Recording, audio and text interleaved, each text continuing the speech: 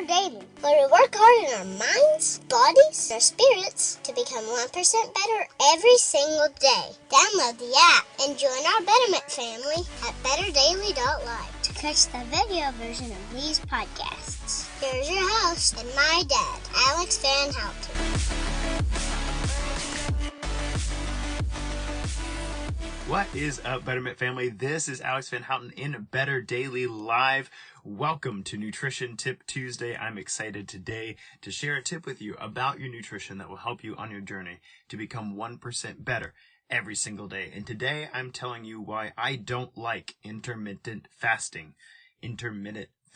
So let's talk about it. Good morning, KT. Good to see you this morning.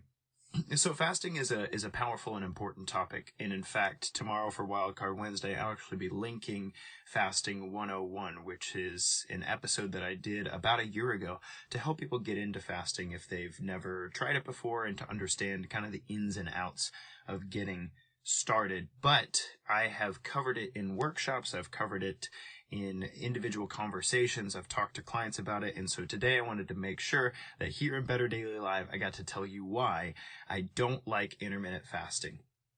And I don't just mean this personally. Personally, I don't like intermittent fasting. Why I don't like it as a coach and don't generally recommend it to my clients. And so let's talk about it. So first of all, fasting is the practice of going without food on purpose. And you could drink water, you can drink coffee and stuff. The idea is you don't have any food. You're not asking your digestive tract to do any work today. You're not processing any energy from your food. You're not processing any building blocks from your food. You're telling your body, hey, you can work with what you got. You can metabolize my love handles. That would be great. You could take a break from digesting and put some of that awesome energy elsewhere in the body to restore tissues and to make me smarter and improve cognitive ability, promote blood flow, or hey, just take a break. That'd be great, right? So fasting's a really cool practice. And again, tomorrow I'll cover that much more deeply. But today I wanted to talk about the idea of intermittent fasting, because something that's caught on in the health and fitness industry is this idea of doing a short fast with a feeding window and then to do that every day, right? So intermittent means at regular time intervals. Intermittent. I actually ran into the word intermittent when I was driving my 88 Honda Accord and it had an intermittent starting problem, which really meant sometimes you turn the key and it turned on and sometimes you turn the key and it didn't turn on. And well, that's intermittent. That's an intermittent starting issue. It could be caused by a number of things. In my world, it was a $2 fuse. I found out after changing the starter and all kinds of other stuff that costs a lot more money.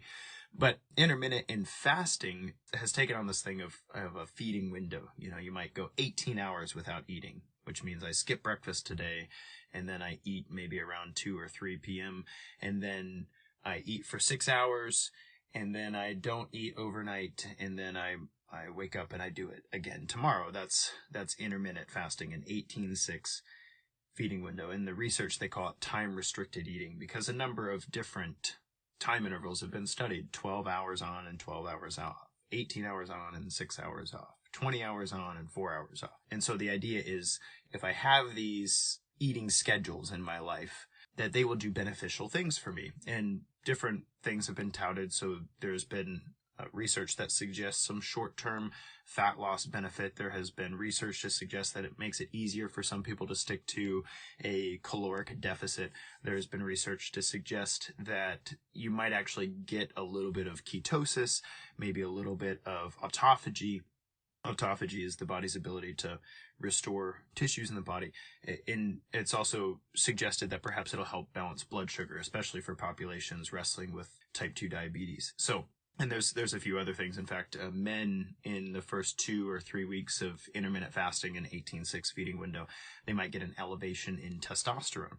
And so there's a whole bunch of stuff around this. And so people are doing this. People are not eating for a very large chunk of the day and then eating for a small portion of the day. And that's their eating schedule. And some people find it really helpful and really good. I don't like it. And I have a few reasons why I don't like it, but I do have one major reason I don't like it that I wanted to share with you guys. What's up, Scott? Good to see you, brother. And it's this. fasting, you've heard me say before in this place that your nutrition is more than calories. The food that you eat is more than calories. That there are things that your body does with that. Your body takes the food that you eat and uses as building blocks to rebuild itself, right? And it takes the fuel that you eat and partitions that into fats and carbohydrates and uses it accordingly. And so the food you consume is more than calories. And the exercise that you do is more than calories, right? You're not just burning calories. In fact, if you're following a great exercise program, the exercise program is digging down all the way to the level of your individual cells and telling your body, hey, we need to adapt here. We need to get stronger. So it's not about the calories you burn, but the adaptation that the stressor is causing. And fasting can operate very much that way. Fasting, as it's been studied, and there are other benefits to fasting that I'll talk about tomorrow, fasting, as it's been studied, is a stressor on the body. And the stressor can have powerful adaptive effects. It can do powerful and good things for you and your body. But the thing about stressors is that our body adapts to them. And so if I do intermittent fasting, I don't eat for 18 hours and I eat for 6 hours, and I do that this week, I might see some awesome benefits. I might see my energy levels go up. I might see a little bit of fat loss. I might feel like, wow, this is really working for me. This is good. Maybe I'll sleep even better. Who knows? Right? So I have these beneficial effects. But if I do the same thing every single day, the adaptive effects of that stressor stop.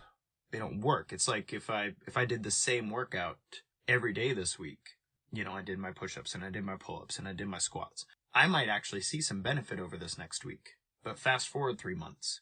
Isn't it common sense that I kind of need to change my workout to continue to see progress, to continue to see adaptive change? That's the way the body works. It's a very helpful mechanism in the body.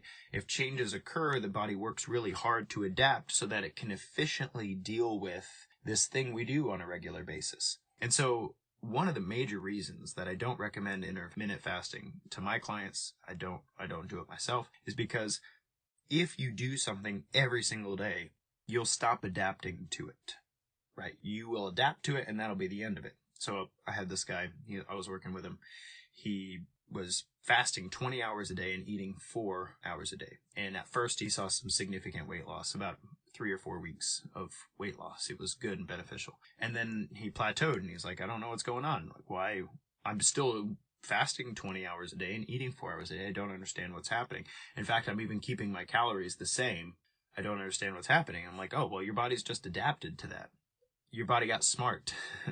Because before it was expecting food and you didn't give it any. And so it kept your metabolic rate the same throughout the day. And now that your body's like, I know how this works, we're not going to eat for 20 hours. And so your metabolic rate drops to deal with that, right? Your body doesn't burn through all of its glycogen stores. Maybe it builds some more glycogen stores. So you're not burning fat as a fuel source anymore. All you're doing is refilling your glycogen stores during that 4 hours. And then when you're fasting, you're burning back through them and then you eat again. And so what happens is you're not losing any more weight. Your body's just adapted to this 20-hour fasting window and 4-hour feeding window. And he's like, well, that sucks. I'm like, yeah, it kind of does. And so we actually had to work hard to teach his body to work normally again. And then what we did is instead we implemented less regular, longer term fasts. So 24 to 36 hours a couple times a month, rather than every single day, 20 hours off, 4 hours on. And that's the primary reason I don't recommend intermittent fasting, because our body adapts itself to the stressors that we place on it. And it does so in really efficient manners. And the problem is, in intermittent fasting studies, very few of these things are done on a long-term basis. And many of the things that are studied on a long-term basis with regard to intermittent fasting aren't that promising. It's not like weight loss is sufficiently awesome for a year. If you start intermittent fasting now, a year from now, you're probably not going to weigh any different than you do right now, unless you make some other significant changes about the type of food that you're eating or the type of exercise that you're doing. In fact, if you look at studies where people have been intermittent fasting for a year, they don't report any significant changes in their energy level this year compared to last year, or sleep this year compared to last year. And in some studies, especially in men where they're looking at muscle growth and muscle loss, they're actually showing that testosterone drops with intermittent fasting practices of 12 weeks or more. So when you ask a male body to go without food for a sufficient period of time, and then you have those feasting windows, they call them, fasting and feasting windows, then over time that body adapts itself to actually have slightly lower testosterone. And I don't blame it, man, because from a caveman perspective, that just makes you look like a really, really bad hunter. That's what it every morning I wake up, I have no food to eat. Like, dang, I'm really bad at killing mammoths. Might as well lower my testosterone because I'm a bad hunter. Because if you were a great hunter, you would have something to eat in the morning sometimes. Right? Anybody else? I would save something for breakfast in the morning. Anyway, all that to say, there's... Thanks, Scott. Appreciate that.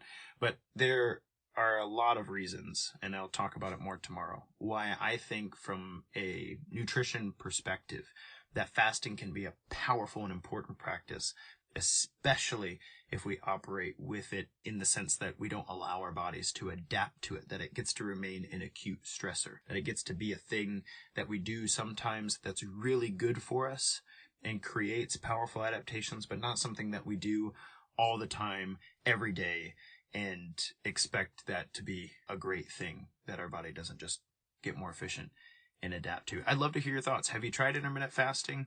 How did it go for you? I didn't intend for this to be a 15-minute stepping on your toes. If you love intermittent fasting, every body is different, and so it's very possible that it works really well for you, and this is just my opinion. But I'd love to hear, have you tried it? How'd it work for you? And if you do fast, and it's not intermittent fasting, what is it that you do and have toyed with that is good? I'm looking forward to exploring this with you guys more tomorrow during Wildcard Wednesday. And then on Word Thursday, I'm actually going to dig into some of the spiritual side of the word fasting. Guys, this has been Alex Van Houten in Better Daily Life. Thank you so much for joining me on Nutrition Tip Tuesday. Until tomorrow, it's just 1%. You got this.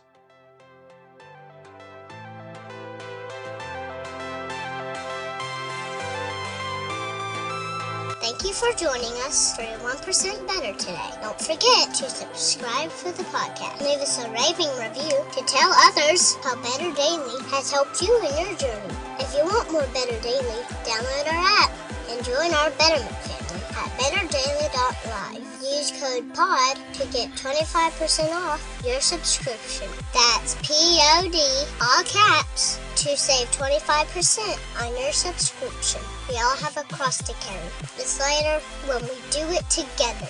Go to betterdaily.live today.